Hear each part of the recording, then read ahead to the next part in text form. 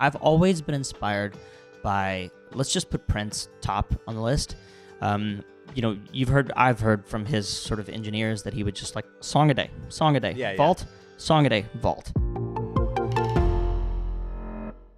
right, this is your Audacy check-in from the Hard Rock Hotel, New York. I am here with Hunter Hayes. We got so much to talk about, man. So you have Wild Blue, you have Red Sky. Good memory. You got two No things cue to cards. remember, Mike. That's it. The way I understand this, it's part of a trilogy, right? So do you have the third title already? It was originally part of a trilogy. Oh, okay. It was a part of a trilogy, and it may still be. I don't know. Yeah. It was, to be fair, it was a part of a trilogy based on contractual obligations. Because I was like, okay, this is how I can both fulfill that, but also fulfill my need to be an artist and be creative. And then, when those things changed, I was like, what can I do with this now? This project, Red Sky, the album that just came out, is actually an amalgamation, a combination of all three projects. I like working like 2 or 3 projects ahead because you can be creative again without that when is it going to be done thing going on. You can write, you can produce, and there's no expectation, there's no pressure. And so I like to stay a couple of projects ahead. And, I was creating a lot of stuff that I was really having fun with while thinking that Red Sky was going to be this very carefully curated, okay, here's a slow move into the rest of the things that I do. And I was very encouraged by my team, by my manager, Val, the whole team just said, why don't you just find a way to include all of it in this project? Cool. Show the world all of who you are and all of what you do. It made a lot of sense when it all got put together, and there's still 50 songs that haven't made the album that I still want to put out, and I don't know what I'm going to do with them, so yeah. So, the way you're talking, it sounds like you're already on to some kind of next project, right?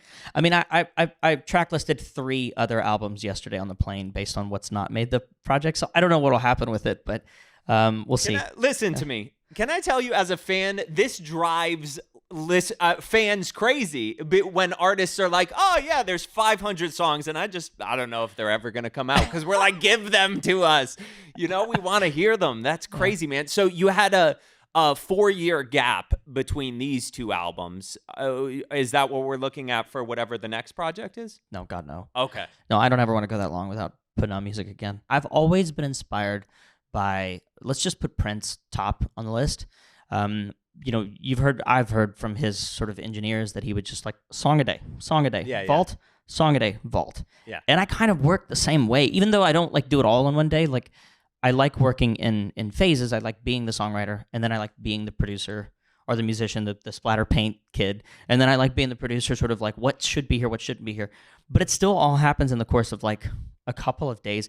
When a song comes to life, when you download it from the universe, as you will, you have to commit to it quickly, because the clear vision of what it wants to be only shows up for a short amount of time, and you make it, and you're done with it. And after that, you're just fucking with it. You're just screwing it up the more time you spend with it. And so I would love to get to a point where I can put more music out more consistently, because that's the way that I work. So, Dear God was kind of like the breakout song on the last project, and you co-wrote that with a few people. Andy Grammer was one of them. Indeed. How do you know him? What's your relationship with him? So I became a huge fan of Keep Your Head Up, yeah. And we did a gig together. It was a ice skating Thanksgiving special. Okay. In somewhere, and he needed a piano. I had one. I loaned it to him. I was like, on the condition that I get to hang out with you afterwards of the show, because I was just a big fan. Yeah. And he could not have been cooler. Just cool guy. And so sweetest guy. We've crossed paths 18 times in the past 10 years. And he was doing the Good Parts podcast, and he invited me to. He was in Nashville. He was like, hey man, do you want to be on the podcast? And I was like, as long as we can write right afterwards. Yeah. So I stole 2 hours from him. We did the podcast 1 hour, and then we were in my basement in the studio. And so as soon as we finished the conversation about very deep topics, we ended up writing a song about the same deep topics. And the song just kind of fell out, and me, Andy, Dave Spencer, and it was one of those songs that the next day I think I was at a video shoot for like 10 hours and I just kept hearing the song. We didn't have a version of it recorded. It was one of those songs that just showed up and you could hear it and you could see it and it was just so vivid. So I don't want to say you're giving up on country, but you're definitely moving away from being concerned with what your sound is categorized as. Somebody who did that early on, Taylor Swift, obviously. Do you think she's kind of the blueprint for people like yourself looking to get out of some kind of box? Well, I think everybody has to make their own blueprint. Because I really struggled with like who is the artist that I should be or emulate, and that's never done me any good. Focusing on what I want my blueprint to be, like my dream is for people to look back at my career and go like, I want to do something like what Hunter did, in that it's so individual, it's so unique, and so full of its own sort of unknown and newness. And no, I've early on I got a lot of questions about like what the genre was, and it's like, man, it's not really. I'm a singer songwriter, right?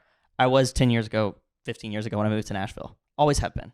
I make country stuff because I grew up listening to a lot of country stuff because country was the first place that I found people fall in love with the artist. Not just a single, not just an album, not just a tour, not just an era. They connect with a person. And that's what I wanted for my career, and that's what I wanted for myself. And so that's what I've always loved about country, and country is home to the best storytellers. Taylor has said that as well, and many people have said that, and I still believe that. So rather than trying to like fit into any genre, whether that be country, pop, whatever you want to say, right? If I could just be me as a genre, this is what it sounds like. Right. I think in the country music world, there is a real division. I think a lot of the newer, younger artists are definitely working hard to kind of cleanse it of a stigma that's been around for forever, really. So I wanted to get your thoughts on if you think country music, the genre, the culture moving forward will be more inclusive as time goes on. I think there are a lot of artists who have done a really good job of making sure that it continues to evolve and continues to be more inclusive. Casey is like my fucking hero. Marin. Oh my God, worship.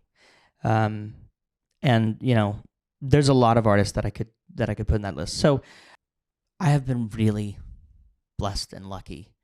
My fan base is a beautiful, safe space of incredibly authentic people, loving, caring, inclusive, and they set the bar. I would love to. I can't take credit for it. They have set the bar, and they have made sure that is the environment that we have.